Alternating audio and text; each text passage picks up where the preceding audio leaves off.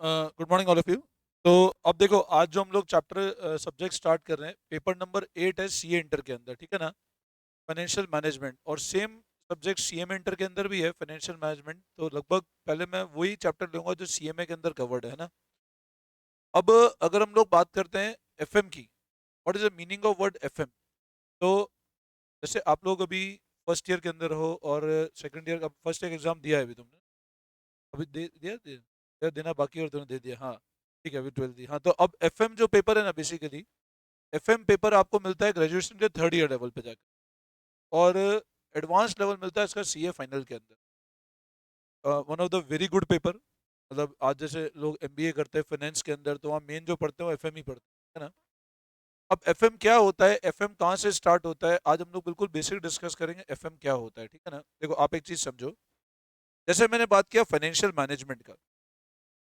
मेरे को एक बात बताओ, मैंने बात किया फाइनेंशियल मैनेजमेंट, यहाँ पर दो वर्ड एसोसिएटेड है। अब फाइनेंशियल मैनेजमेंट के अंदर there are two words associated. यहां पर एक तो वर्ड है फाइनेंस, और एक वर्ड है मैनेज। फाइनेंस मतलब क्या होता है और मैनेज वर्ड का मतलब क्या होता है। फाइनेंस मतलब पैसों का मैनेजमेंट। तुम लोगों ने मेरे ख्याल से ट्वेल्थ क्लास में जब बिजनेस स्टडीज पढ़ा होगा, तो वहाँ पढ़ा होगा फाइनेंशियल मैनेजमेंट। उसका एक बहुत छोटा रूप पढ़ा था, अब इसको बहुत ब्रॉड एंगल में पढ़ेंगे हम। फाइनेंशियल मैनेजमेंट का मतलब क्या होता है, it is the art of management of money. Is the art of management of money. पैसों को मैनेज करना, वो कहलाता है फाइनेंशियल मैनेजमेंट, ठीक है। अब फाइनेंशियल मैनेजमेंट क्यों होता है और क्या फाइनेंशियल मैनेजमेंट के अंदर होता है, तो पहले लिखो, आप एक बार बेसिक्स लिखो आप। The financial management means, FM short form financial management, जहां भी फाइनेंशियल मैनेजमेंट बोलो एफएम लिखना शॉर्ट फॉर्म है ना। The financial management means management of money in most systematic manner.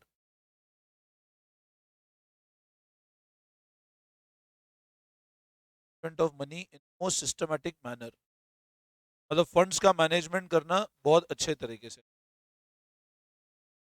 अब ऑब्जेक्टिव क्या होगा बताओ, अपना ऑब्जेक्टिव क्या होगा फाइनेंशियल मैनेजमेंट का, या कॉस्ट कम हो और रिटर्न मैक्सिमाइज हो। भाई हर चीज में ऑब्जेक्टिव क्या होता है, खर्चा कम से कम हो और प्रॉफिट मैक्सिमम हो। तो देखो, basic objective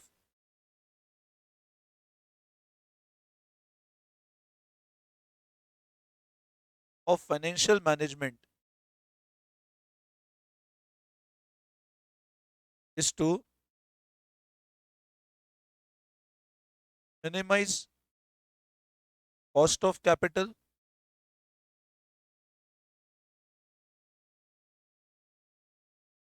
and maximize the returns.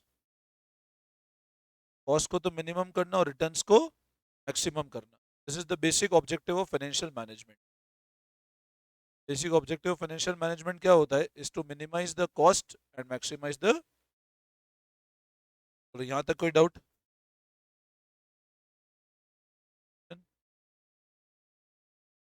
अब क्या होता है जब हम लोग बात करते हैं फाइनेंशियल मैनेजमेंट की, मैं आपको एग्जांपल समझाने की कोशिश करता हूं, समझना। मान लो, ये लेट से मैंने कहा ये है राम, इसको एक बिजनेस स्टार्ट करना है। मान लो मैंने कहा ये राम है, इसको एक बिजनेस स्टार्ट करना है, इधर ध्यान दो आप लोग। अब इसको एक बिजनेस स्टार्ट करना है, बिजनेस स्टार्ट करने के लिए सबसे पहली बात है, इसको क्या चाहिए, फंड्स। इस राम ने सोचा मेरे को एक बिजनेस स्टार्ट करना है, ये सोचा मेरे को बिजनेस स्टार्ट करना है, और सबसे पहली जरूरत किसकी पड़ेगी, पैसों की। तो सोचता है यार ये पता लगे भी पैसा मिलेगा कहाँ से, मेरे को चाहिए क्या, फंड्स, और वो फंड्स आएंगे कहाँ से वो नहीं पता है इतना। अब राम ये सोचता है कि यार मेरे को बिजनेस स्टार्ट करना है, और स्टार्ट करने के लिए चाहिए क्या, फंड्स। तो फंड्स आएंगे कहाँ से। अब राम ये सोचता है कि ये जो पैसा है, ये मार्केट पे जाता है, भैया मेरे को पैसों की जरूरत है। ये मार्केट में जाता है और जाके क्या बोलता है, मेरे को पैसों की जरूरत है। अब देखो, दो चीज होती है। मैंने ये बोला जब वर्ड फाइनेंशियल मैनेजमेंट, तो फाइनेंशियल मैनेजमेंट मतलब सिर्फ ये नहीं कि पैसा आ गया उसको मैनेज करना, भैया मेरे पास पैसा मैंने कमा लिया उसको मैनेज, बट वापस बात आती है पैसा आएगा कहाँ से? भाई मैं जब पैसा लाऊंगा तो पैसा लाऊंगा कहाँ से? एक बार पैसे को लाना और उसको सही जगह पर इन्वेस्ट करना, ये होता है फाइनेंशियल, और उस पर और रिटर्न आना। तो सबसे पहले तो बिजनेस स्टडीज पढ़ते प्लानिंग, तो प्लान करना पैसा आएगा कहां से, फिर आने के बाद ये सोचना पैसा जाएगा कहां। अब सबसे पहले मिस्टर ए के माइंड में ये क्वेश्चन है, भैया पैसा जाने की बात तो दूर, सबसे पहले आएगा कहां वो पता लगाओ। अब मिस्टर राम गया मार्केट के अंदर और राम ढूंढने गया, भैया मेरे को पैसों की जरूरत है। अब इसको पैसे देने वाले मार्केट में दो लोग मिले, एक तो मिला ए और एक मिला बी। राम को पैसे देने वाले मार्केट में कितने लोग मिले? दो, एक तो मिला ए और एक मिला बी। अब ए ने, राम गया ए के पास और जाकर के ए से ये पूछता है कि यार मेरे को पैसों की जरूरत है, पैसा दो। ए बोलता है ठीक है मैं काम करता हूँ मैं आपको, और बोलता है कितने रुपए की जरूरत है, बोला अभी 100 रुपीज की नीड है। कितने रुपीज की नीड है? सिर्फ अभी 100 रुपीज की नीड है, अभी 100 रुपए मेरा काम हो जाएगा। तो जब राम जाता है ए के पास, ए को बोलता है कि लाओ, तो ए बोलता है ठीक है ये लो 100 रुपए का नोट रखो, ये लो, और क्या ले लो? 100 रुपए। लेकिन राम ये पूछता है नहीं ये बताओ इसका रिटर्न और ये क्या एक्सपेक्ट करते हो आप? तो ए बोलता है देखो एक काम करो पैसा ले जाओ, जब इच्छा हो तब देना, अपने बिजनेस में लगाओ। बोले अपने बिजनेस का मेरे को पार्टनर ही समझो, लेके जाओ, जब इस 100 को आप 1 लाख रुपए में कन्वर्ट कर दो तो अच्छा देना, 1 लाख में पार्टिसिपेट करूंगा फिर, और कल से 100 जीरो हो गया तो जीरो में भी आपके ही साथ हूं मैं, चिंता वाली बात नहीं है आप।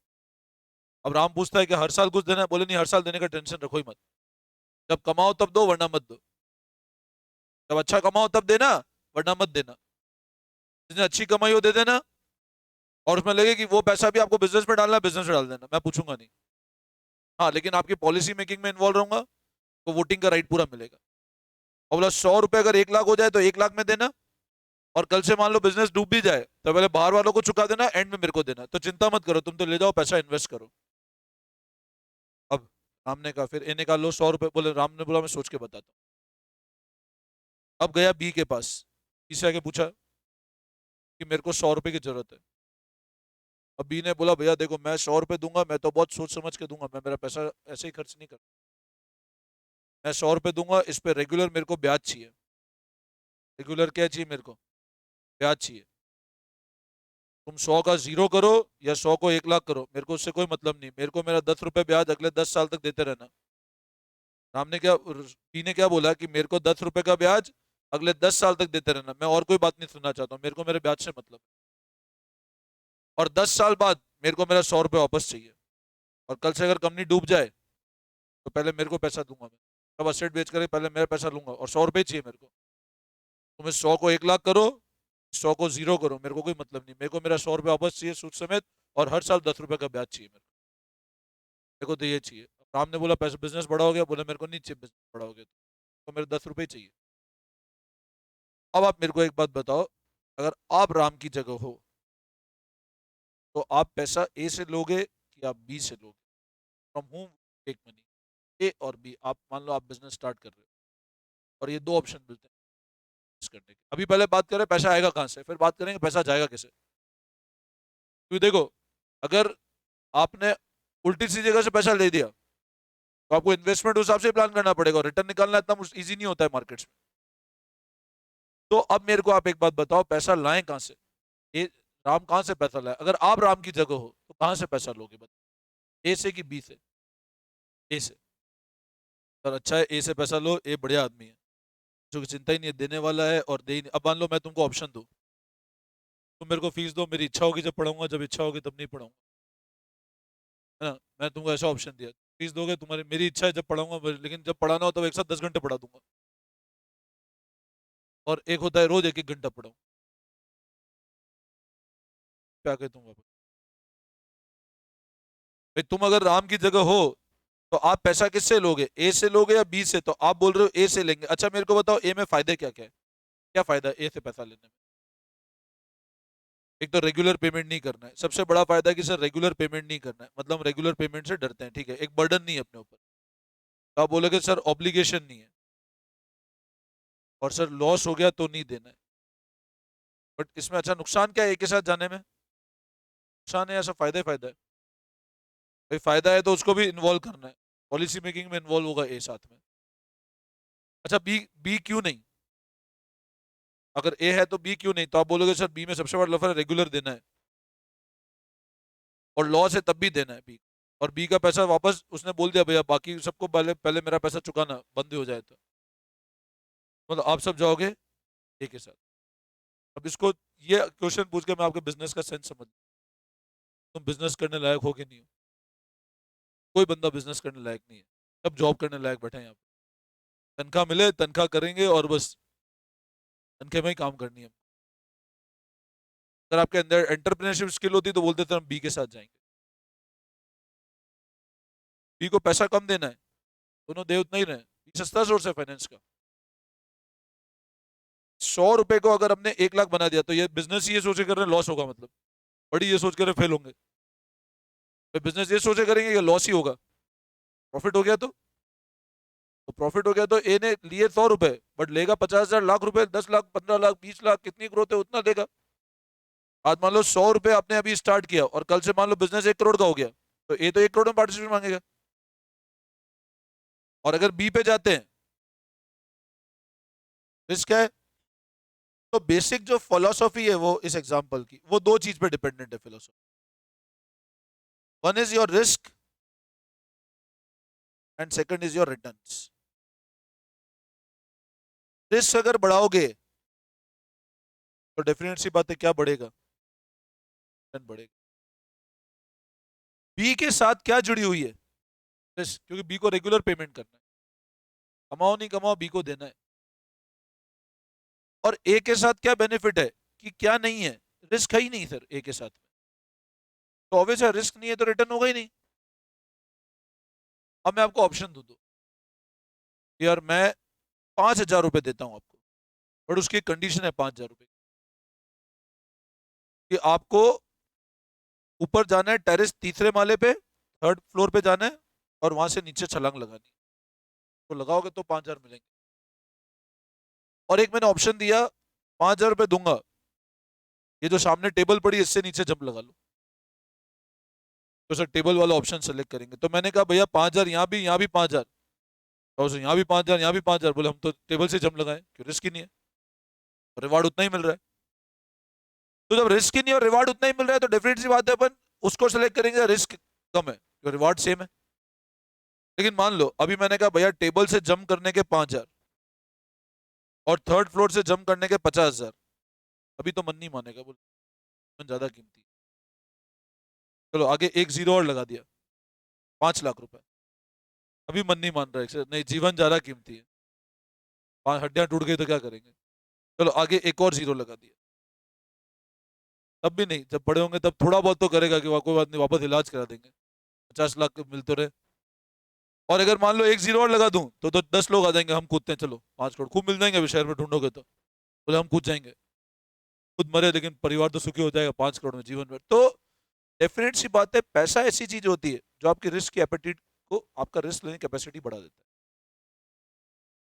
रिटर्न है, आज लोग कश्मीर भी जाते हैं नौकरी करने के लिए, बट आप एक ही क्वालिफिकेशन पे जयपुर में है और वही क्वालिफिकेशन पे आदमी कश्मीर की नौकरी मिले, उदयपुर में अगर 10 लाख मिल रहे हैं और कश्मीर में 10 लाख मिलेंगे, आप बोलेंगे तो उदयपुर में नौकरी करेंगे। चलो मैं छत की बात नहीं करता हूँ, मैं बोलूँ उदयपुर में नौकरी करनी है 10 लाख, कश्मीर, तो बोलेगा उदयपुर क्योंकि सेंसिटिव एरिया नहीं है। अब मैं बोलूँ उधर चलो उधर 20 कर दिए, भी बोलोगे नहीं उदयपुर में करने कोई सेंसिटिव, बट अगर मान लो मैं इसको बोल दूं कश्मीर जाओगे तो 50 लाख मिलेंगे, तो जा सकते हैं, अभी तो जान के रिस्क है, लेकिन आपको कंपनसेट मेरा with the amount you are getting. तो हमेशा एक बात ध्यान रखना कि रिस्क जब बढ़ेगी तो रिटर्न क्या बढ़ेगा। लेकिन अब इसका मतलब ये नहीं कि सर फिर आप तो अनशन रिस्क ले लो, आप तो तीसरे फ्लोर से कूद जाओ, तीसरे फ्लोर से कूदेंगे और मर गए तो पैसा किस काम का। तो रिस्क, ऐसे रिस्क तो नहीं ले सकते, तो सामने दिख रहा है मौत है।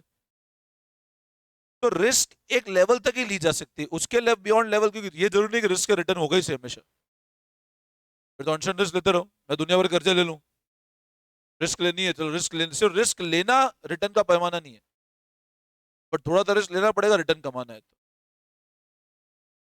तो पता है आपका आंसर क्या होना चाहिए था कि सर ए और बी, आज हम बीकॉम करें, रिस्क है क्या पास होने की, रिस्क है फेल होने की, रिस्क है क्या बीकॉम में, नहीं है। तो बीकॉम का रिटर्न कितना एक्सपेक्ट करते हो? आज जितना बीकॉम उतना ही सीए कमाया, तो मतलब क्या है सीए करने का, छोड़ो फिर भाड़ में जाए, बीकॉम ही करो। इतना एफर्ट भी डालो, इतना इन्वेस्टमेंट भी करो। तो बीकॉम करने में कोई रिस्क है क्या फेल होने का? नहीं तो तुम पढ़ते कैसे हो? दिन पहले तो पढ़ते हो एग्जाम में कि पता है वहां रिस्क भी नहीं है, तो ऑब्वियसली बात है वहां रिटर्न भी नहीं है, उतना रिटर्न भी नहीं। आप बीकॉम करोगे आपको उस लेवल की नौकरी मिलेगी। बड़ा सीए का एग्जाम रिस्क है कि नहीं फेल होने का? बहुत बड़ा रिस्क है। तो अगर सीए कर लिया टाइम से और बीकॉम कर लिया, तो आगे अपने को रिस्क अपन ने ली, तो अपने को क्या मिलेगा फिर? रिटर्न मिलेगा।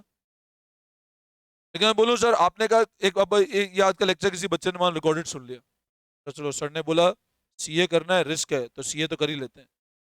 बोले काम करते हैं रिस्क लेने के लिए अपन और रिस्क लेते हैं, तो साथ में काम करो आईआईटी भी कर लो, रिस्क ही तो लेनी है। साथ में आप काम करो मेडिकल भी कर लो, रिस्क ही तो लेनी है। अब ये कोई वेवर, ये रिस्क नहीं है, तो पागलपंती है। रिस्क ऐसी लेनी चाहिए which can be acceptable level of risk. Acceptable level हर बंदा एग्री करेगा। आप घर वालों को बोलोगे मेरे को ये भी करना है, ये भी करना है, घर वाले डंडे मारेंगे, बोले यूं करता वर्ता कुछ है नहीं, टाइम पास करने आता। Unnecessary risk you are taking, तो उसमें रिटर्न नहीं है। बट एक लेवल ऑफ रिस्क हमको लेना पड़ेगा। और जब मैं बात करता हूं कि रिस्क और रिटर्न ये दोनों साथ साथ चलता है, तो पता है आपका आंसर क्या होना चाहिए था? सर ए और बी दोनों से ही पैसा लेंगे। सर इससे 50 ले लो, इससे 50 ले लो, ताकि इधर हम रिटर्न कमाने की उम्मीद है और इधर थोड़ी सी हमने रिस्क ले ली। तो go from both source of financing, ये आपका आंसर होना चाहिए। अब ए पता है कौन है? मार्केट में ए को कहा जाता है इक्विटी। मार्केट में ए को क्या कहा जाता है? इक्विटी, यही तो होता है इक्विटी। और बी को कहा जाता है डेप्ट। ये क्या कहा जाता है? डेप्ट। तो जब मैं फाइनेंशियल मैनेजमेंट की बात करता हूं, फाइनेंशियल मैनेजमेंट सबसे पहले ये स्टार्ट होता है कि फंड्स आएगा कहां से, प्रोक्योरमेंट कहां से होगा फंड्स का। ये एक फाइनेंस, ये मैनेजमेंट का पार्ट है भैया। पैसा आएगा कहां से?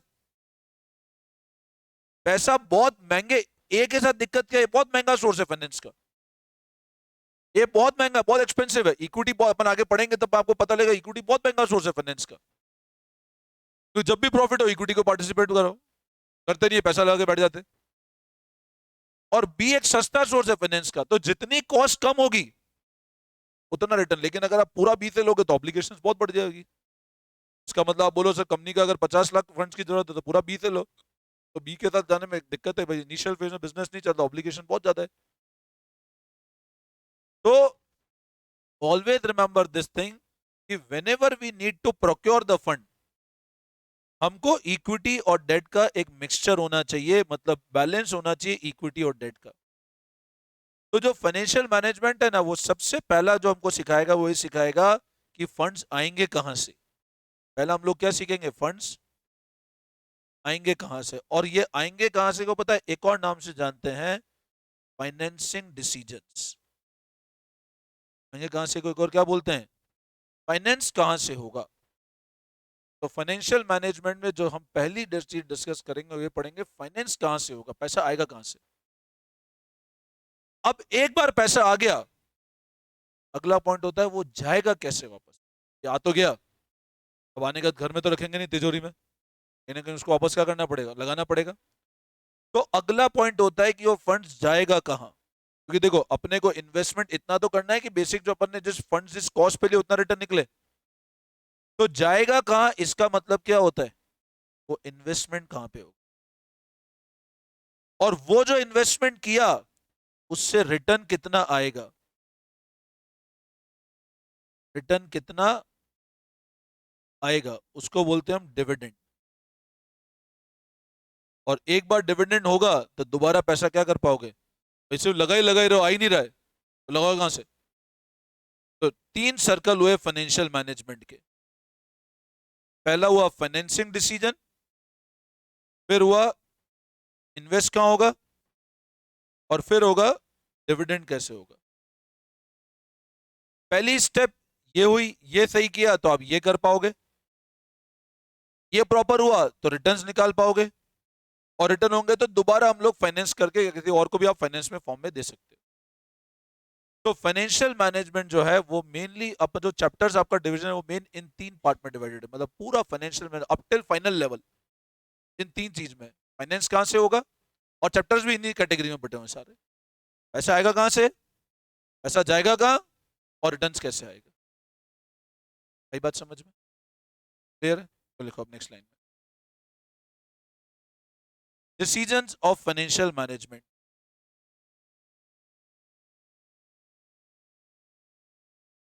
डिसीजन ऑफ फाइनेंशियल मैनेजमेंट, तो क्या क्या डिसीजन है फाइनेंशियल मैनेजमेंट।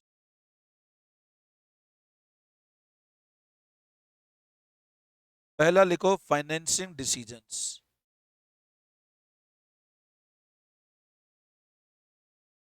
सेकंड लिखो इन्वेस्टमेंट डिसीजंस,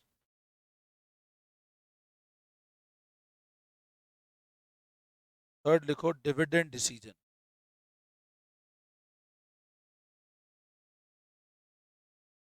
मतलब फाइनेंशियल मैनेजमेंट 3 पार्ट में डिवाइडेड है, फाइनेंसिंग, इन्वेस्टमेंट और डिविडेंड। अब नेक्स्ट लाइन लिखो, financing decision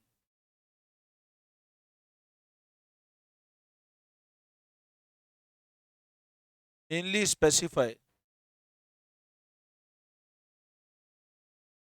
the various sources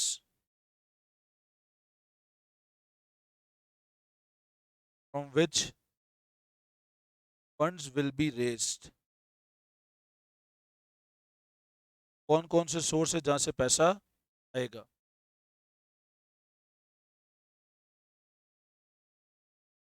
financing should be done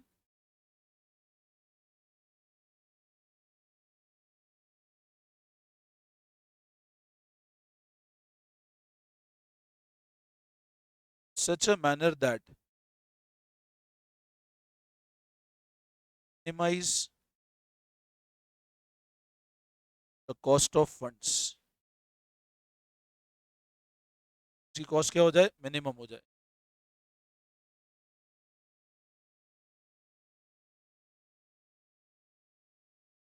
there should B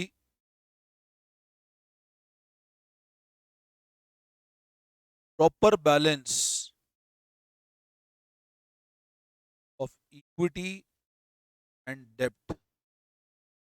equity और डेट का प्रॉपर बैलेंस होना चाहिए। फाइनेंसिंग डिसीजन मेनली इंक्लूड, अब क्या क्या पढ़ने वाले हैं अपन फाइनेंसिंग इंक्लूड, क्या क्या पढ़ेंगे अपन। पहला लिखो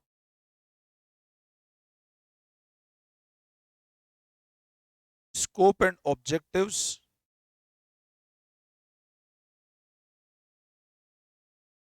of financial management. Second,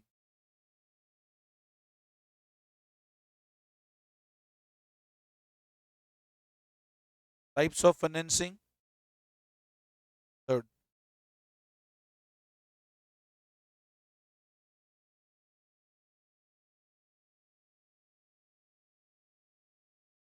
analysis and planning.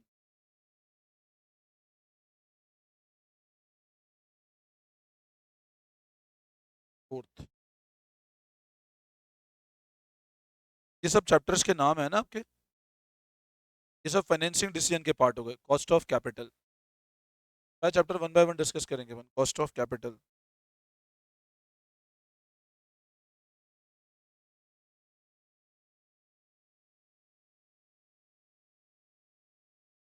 Capital structure.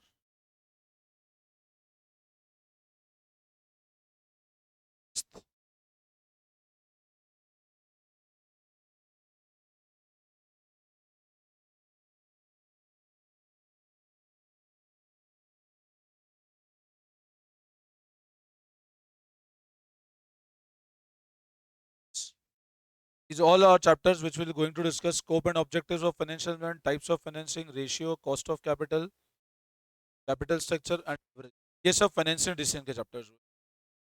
ये कोर्स एक तरह से, भैया पैसा आएगा कहाँ से, ये सब चैप्टर हमको सिखाएंगे पैसा आएगा कहाँ से। रेशियो लगभग 12th का कंसेप्ट ही है काफी। आप लोगों को पढ़ते हैं करंट रेशियो, क्विक रेशियो, वही पैटर्न पे है काफी कुछ 12th का concept ratio. Cost of capital में अपन डिस्काउंटिंग रेट्स और वो सब पढ़ेंगे। तो कैपिटल की कॉस्ट निकालना, उस बेसिस पे कैपिटल बजटिंग, इन्वेस्टमेंट हुआ, कैपिटल स्ट्रक्चर, लिवरेजेस। तो ये सब बात हुई किसकी, फाइनेंशियल डिसीजंस की। अब लिखो next, investing decision mainly include. पहले को investment decisions.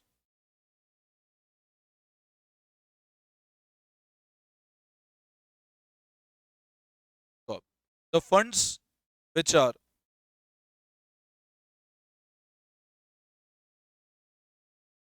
Once procured, procured मतलब एक बार ले लिया मान लो हमने, must be invested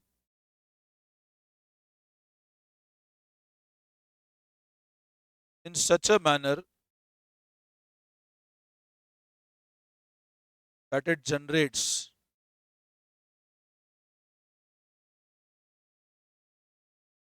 maximum returns. It's maximum returns. Generate maximum returns. So the investment decision mainly includes. अब इन्वेस्टमेंट में अपन कौन कौन से चैप्टर पढ़ने वाले हैं वो लिखो, mainly includes.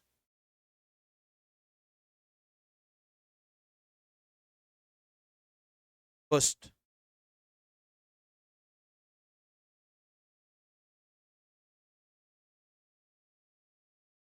Capital budgeting.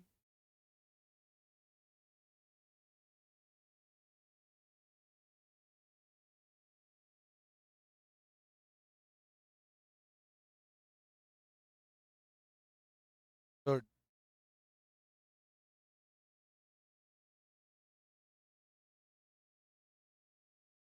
Portfolio manage.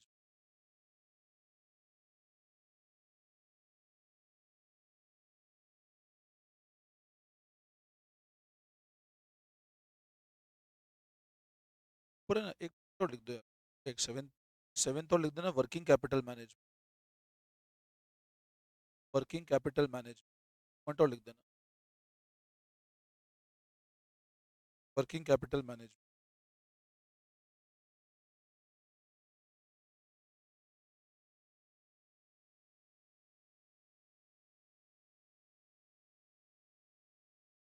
ये तीन चैप्टर अपन पढ़ेंगे कहाँ पर, कैपिटल बजटिंग के। और लास्ट लिखो dividend decision.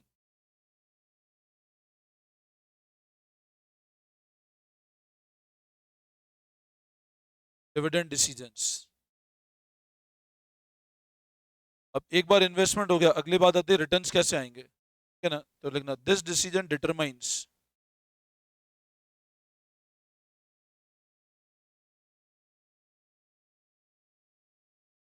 How manner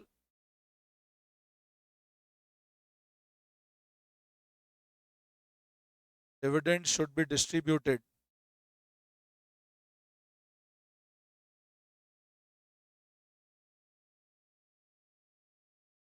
among shareholders.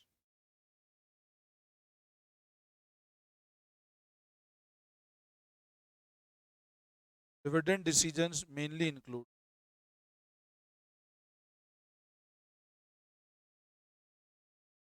देखिए हम लोग पढ़ेंगे dividend policy of the firm.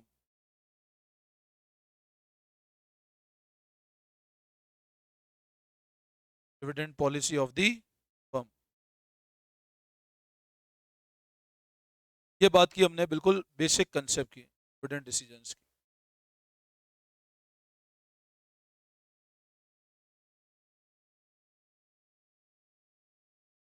ठीक है, तो बताओ फाइनेंशियल में कितने डिसीजन हुए, तीन, फाइनेंसिंग, इन्वेस्टिंग और डिविडेंड। फाइनेंसिंग क्या बताएगा, पैसा आएगा कहाँ से, इन्वेस्टिंग में पैसा जाएगा, और डिविडेंड बताएगा रिटर्न्स कैसे आएगा। अब जो पहला चैप्टर हम लोग स्टार्ट करेंगे, will start with the chapter capital structure. सबसे पहला चैप्टर कौन सा स्टार्ट करेंगे हम लोग, कैपिटल स्ट्रक्चर, ठीक है ना। समझ में आया यहाँ तक। हम लोग अब लेते हैं कैपिटल स्ट्रक्चर।